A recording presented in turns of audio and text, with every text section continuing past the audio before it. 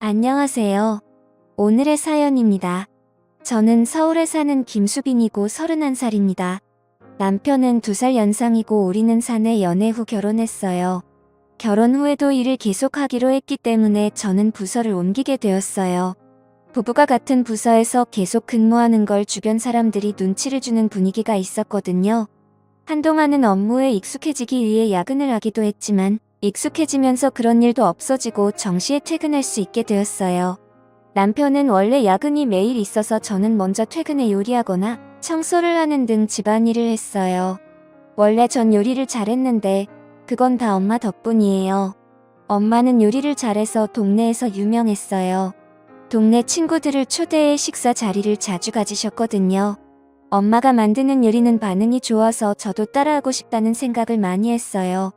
제가 엄마에게 요리를 배우기 시작한 건 초등학교 때부터예요. 쉬운 계란 요리부터 시작해서 다양한 요리를 차츰차츰 익혀나갔어요. 그래도 엄마를 따라갈 수 없을 정도로 엄마의 요리에 대한 열정은 대단해요. 그런 엄마가 얼마 전 쓰러지셨어요. 말기 암으로 시한부 판정을 받으셨거든요. 사실 아빠도 1년 전에 돌아가셨는데 엄마가 많이 외로웠을 것 같아요. 저는 당황하면서도 엄마를 위해 무엇을 할 수 있을까 고민해봤어요. 엄마는 병원 치료를 거부하고 집으로 돌아가길 원하셨어요. 어차피 병원에 있어도 치료할 텐데 집에 가서 좋아하는 요리를 하고 싶다는 엄마의 마음을 저도 받아들여 엄마를 곁에서 보살피기로 했어요. 그리고 한동안은 직장도 휴가를 내기로 했어요. 남편도 이해해줬고요. 반년 동안 저는 엄마의 요리 레시피도 노트에 받아 적고 엄마를 곁에서 보살폈어요. 그렇게 반년이 지난 어느 날 엄마는 아빠 곁으로 떠나셨어요. 엄마의 마지막이 행복했을지는 모르겠지만 평온한 얼굴로 돌아가신 건 분명했어요. 이제 제게 남은 건 많은 요리 레시피와 유산이었어요. 엄마에게 물려받을 유산이 꽤 있었고 외동딸인 제가 모두 물려받게 된 거죠. 남편에게 물려받을 유산에 관해 이야기했는데 금이나 값비싼 액세서리는 은행 대여금고에 보관하는 게 안전하지 않겠냐고 하더라고요. 저는 남편의 조언에 따라 대여금고를 빌리기로 했어요. 그리고 대여금고 열쇠는 집에 있는 금고에 넣어 보관하기로 했고요. 그 사실을 아는 사람은 남편과 저뿐이어야 했어요. 그런데 남편이 실수로 시어머니에게 말했던 거예요.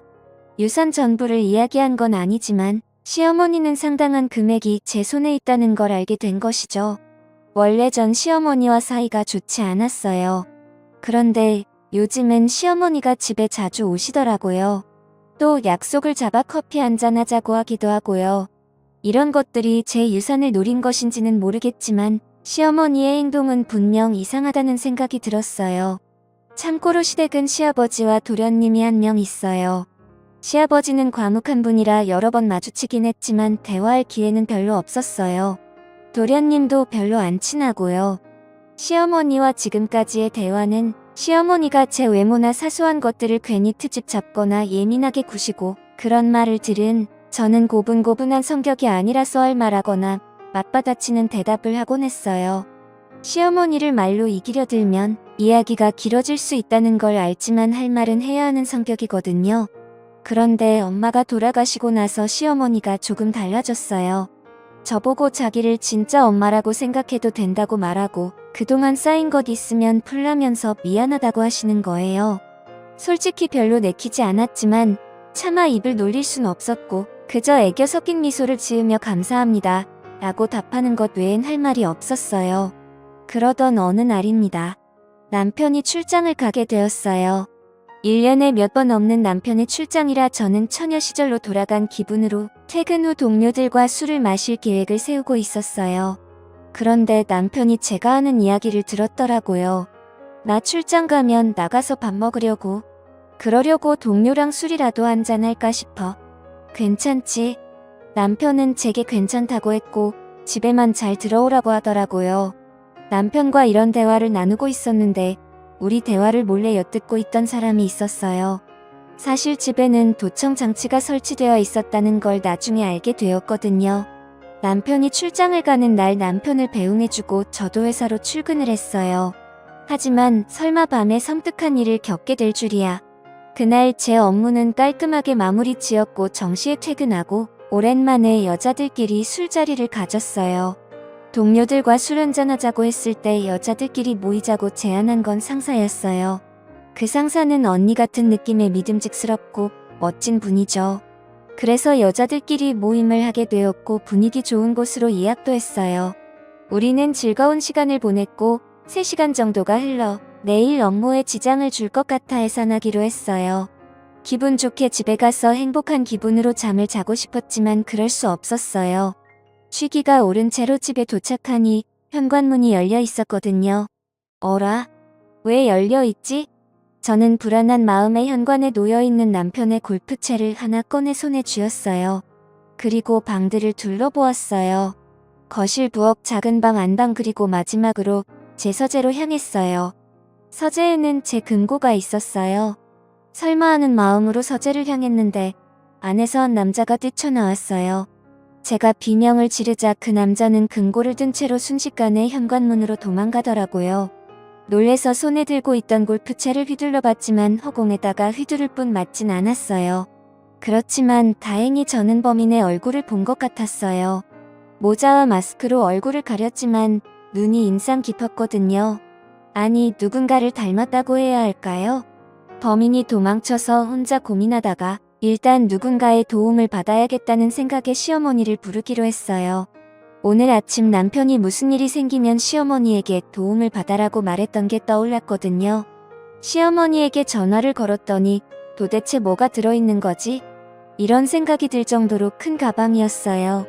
저는 20분 동안 어느 정도 범인의 정체를 파악하고서는 경찰서에 갈 준비를 했어요. 시어머니는 우리 집에 도착하자마자 범인의 얼굴을 봤냐고 묻더라고요. 우선 저부터 걱정해줘야 하는 게 맞지 않나요? 그런 생각이 들었지만 일단 질문에 대한 대답으로 보였다고 했어요. 그리고 지금 당장 경찰서에 가려고 한다고 말했고 시어머니에게 함께 가자고 했어요. 근데 갑자기 시어머니는 들고 있던 커다란 가방에서 사시미를 꺼내 들었어요. 봤다면 어쩔 수 없지.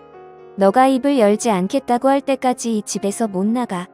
시어머니는 소리를 지르며 제게 말했어요.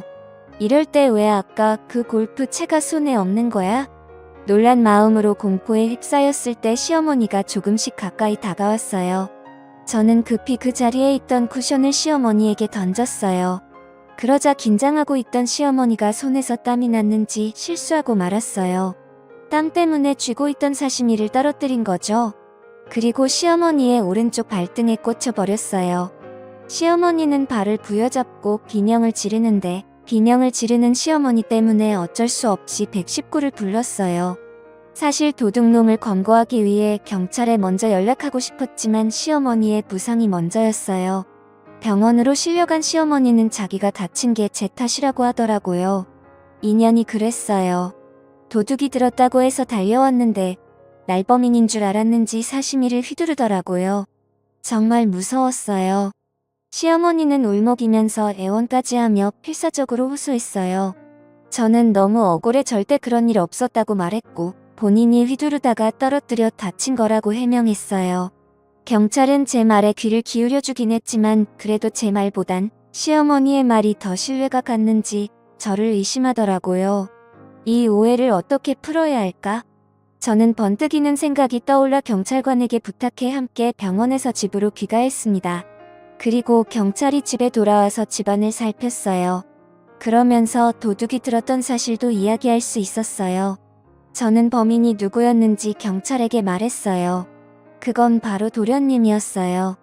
눈매가 워낙 특이해 확신할 수 있었거든요. 경찰은 제 증언과 집에서 확인한 물건들을 토대로 수사를 진행했고 곧바로 도련님이 잡혔어요.